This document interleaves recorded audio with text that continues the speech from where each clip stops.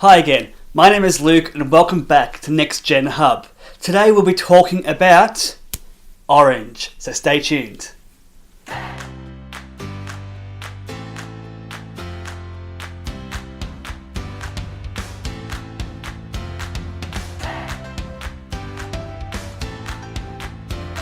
So maybe you've heard about it. What is orange?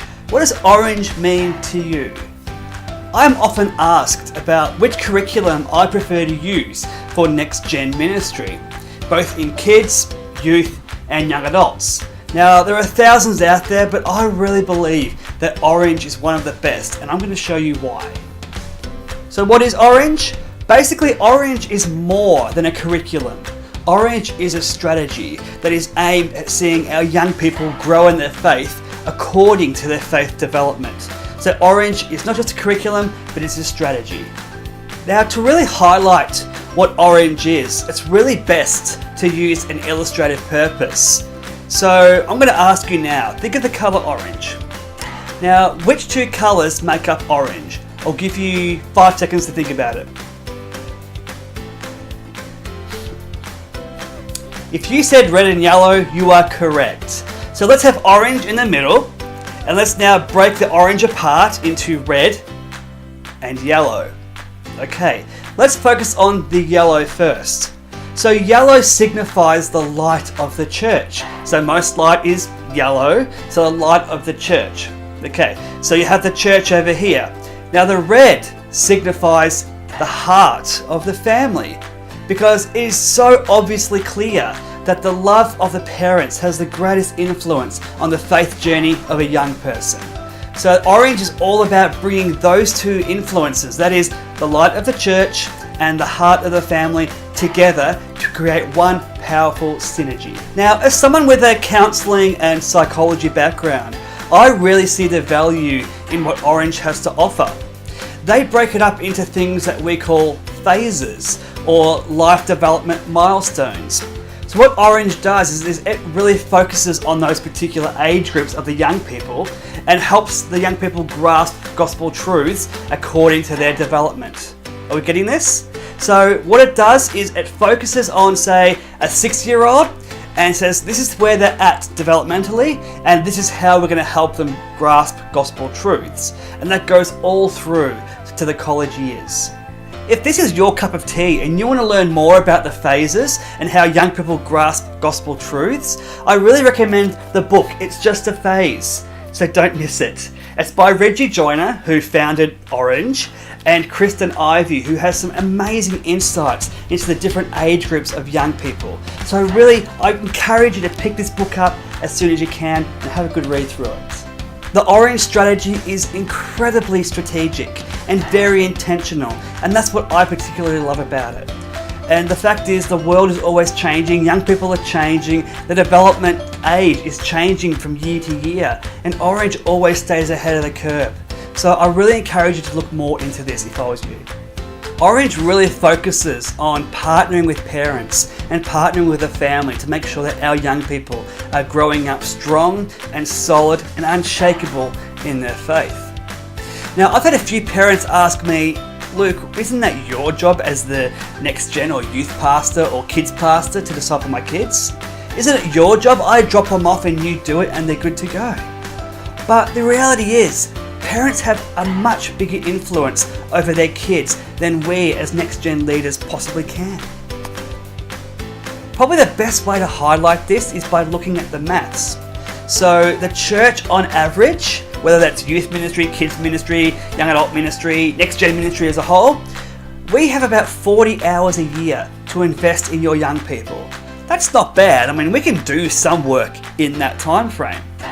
But on the other side of the coin, the parents and the family, you have on average 3,000 hours to really invest and sow into your young people.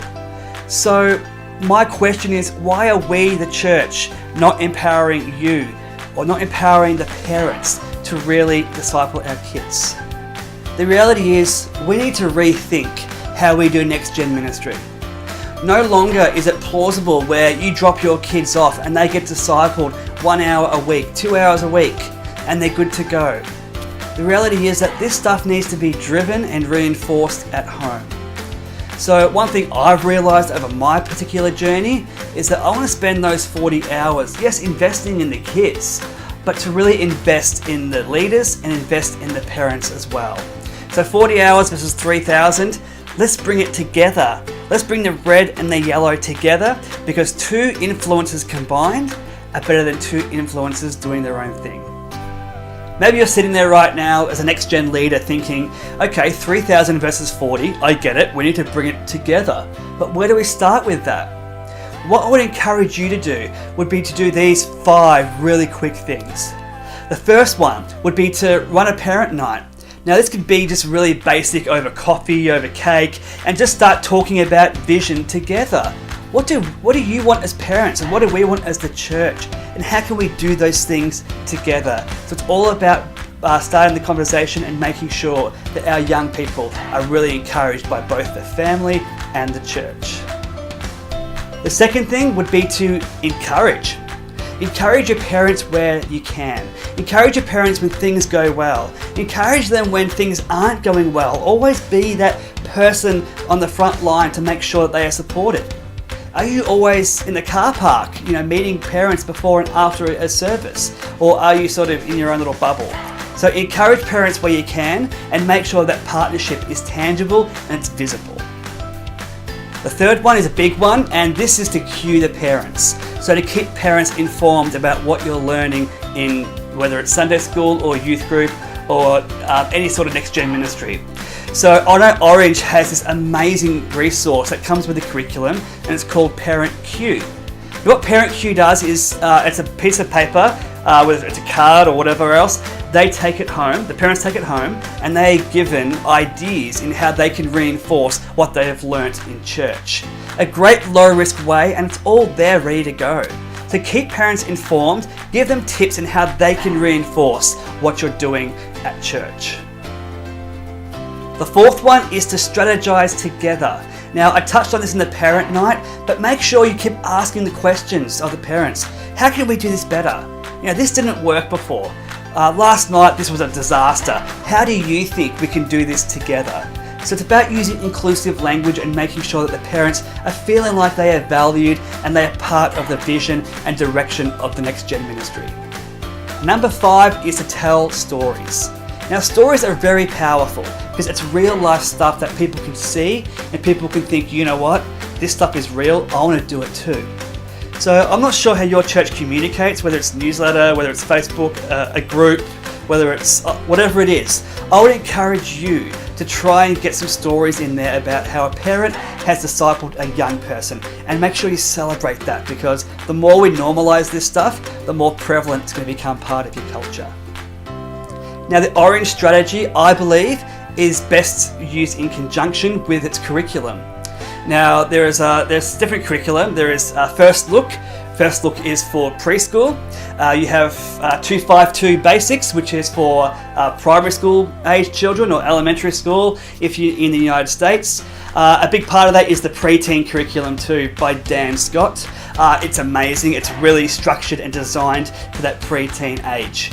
And in youth, you have middle school and high school in America. If you're in Australia, you can just combine them together. It's really up to you. But that's called XP3 students. Now, all these are really designed to make sure that the gospel truths are given to our young people in a very relevant way according to their development.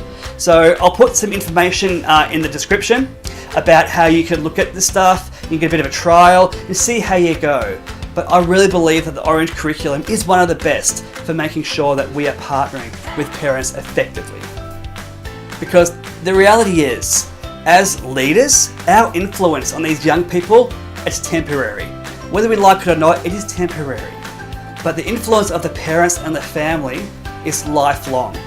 So it would make no sense for us to create disciples of us as leaders, but it's about creating disciples of Jesus and being reinforced by people, i.e. the parents, who are going to be journeying with these young people the whole way through. So make sure that we are influencing and empowering and equipping our parents to be the best disciplers that they can be. Earlier this year, I wrote an article for Orange, and it was about how to implement an Orange strategy in your church. Particularly if your church has no idea or no experience with this sort of model. So again, I'll put that in the description. Have a read of it and make sure you let me know what you think and what's worked for you. But I really do believe this is the best model that you can use for your NextGen ministry. Another amazing part about Orange is that you'll be assigned an Orange specialist. Now these people are experts who work for Orange, but they are there to help guide. They're help to encourage you in your journey, whether you're starting it or whether you've been doing it for 10 years. So an Orange specialist will touch base with you over Skype or phone or whatever, but their role is to make sure that you're not lost or you're feeling, I don't know what I'm doing. So I know our Orange specialist, who's Brett. Brett was amazing in the journey with me, and he's just incredible. So make sure you touch base with your Orange specialist as soon as you can. So that's Orange in a nutshell. Again, these videos are designed to help you to start thinking about this stuff and looking more into it. The more and more I look around at the Orange churches, the more I'm seeing that young people are engaging with their faith and they're discipling other people as well. So look into Orange and I promise you, you will not be disappointed. So before I go, I want to ask you a question. What curriculum do you use? And how's it going? Be honest with yourself. Is it going great? Not so great? Is your curriculum complemented with a strategy as well that ties in together? Let us know in the comments. Let me know via email, social medias down here as well. Make sure you check out the links I put in the description because they're really important that you start to get this stuff because our kids, our youth, our young people are so worth it. So let's get this right. So that's it for this video, guys. We'll see you next week. Make sure you subscribe and do all that stuff. Start sharing it because we want to ask you, what do you want? What do you want from this channel? Because our role here, our goal is to empower you, the next gen leaders. So guys, have an amazing week and we'll see you next time. God bless.